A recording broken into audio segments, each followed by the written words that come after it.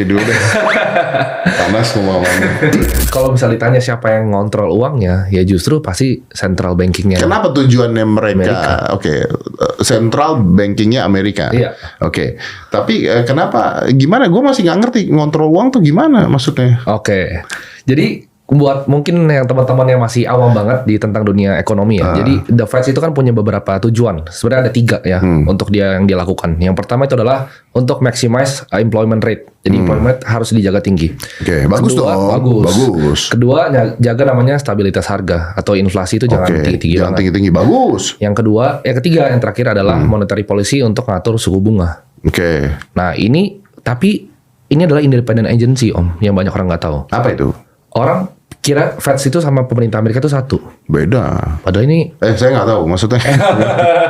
Padahal ini entitas yang sebenarnya berbeda. Berbeda. Nah bayangkan entitas berbeda ini nggak ada yang audit loh. Jadi siapa yang? Jadi kalau misalnya kalian cari di YouTube nih tentang The Fed waktu itu zaman-zaman sampai sekarang sebenarnya dari zaman-zaman Alan Greenspan itu pernah ada yang nanya ya, di US Senate-nya.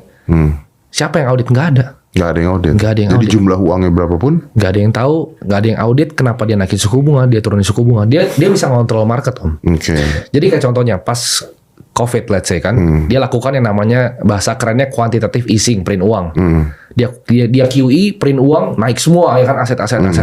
Sekarang dia ganti polisinya. Oh, gue mau naikin nih suku bunga.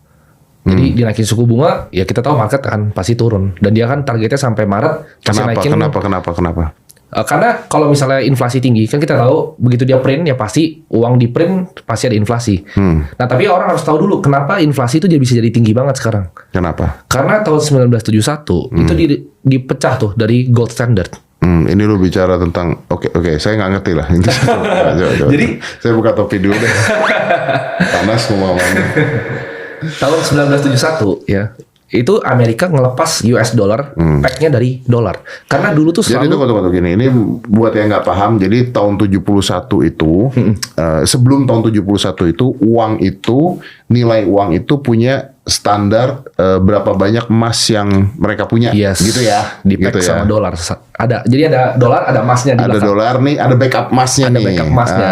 Gitu ya. Betul. Gitu ya. Anda terangin dong, jangan saya. Nah, tapi kalian kan tahu pada tahun 1971 itu kan terjadi resesi yang lumayan selama 10 tahun. Betul. Jadi untuk ada perang Vietnam juga waktu itu. Betul. Jadi Richard Nixon bilang, oh ini harus Pisah. dipisah. Oke. Nah itu Berarti sebenarnya awal si masalahnya. uang itu sejak tahun 71 tidak punya backup emasnya. Betul. Apakah di backup dengan yang lain? Tidak ada. Misalnya Ada. apa itu? Kepercayaan. Kepercayaan. Uang bisa dibilangnya fiat. Fiat ya. Itu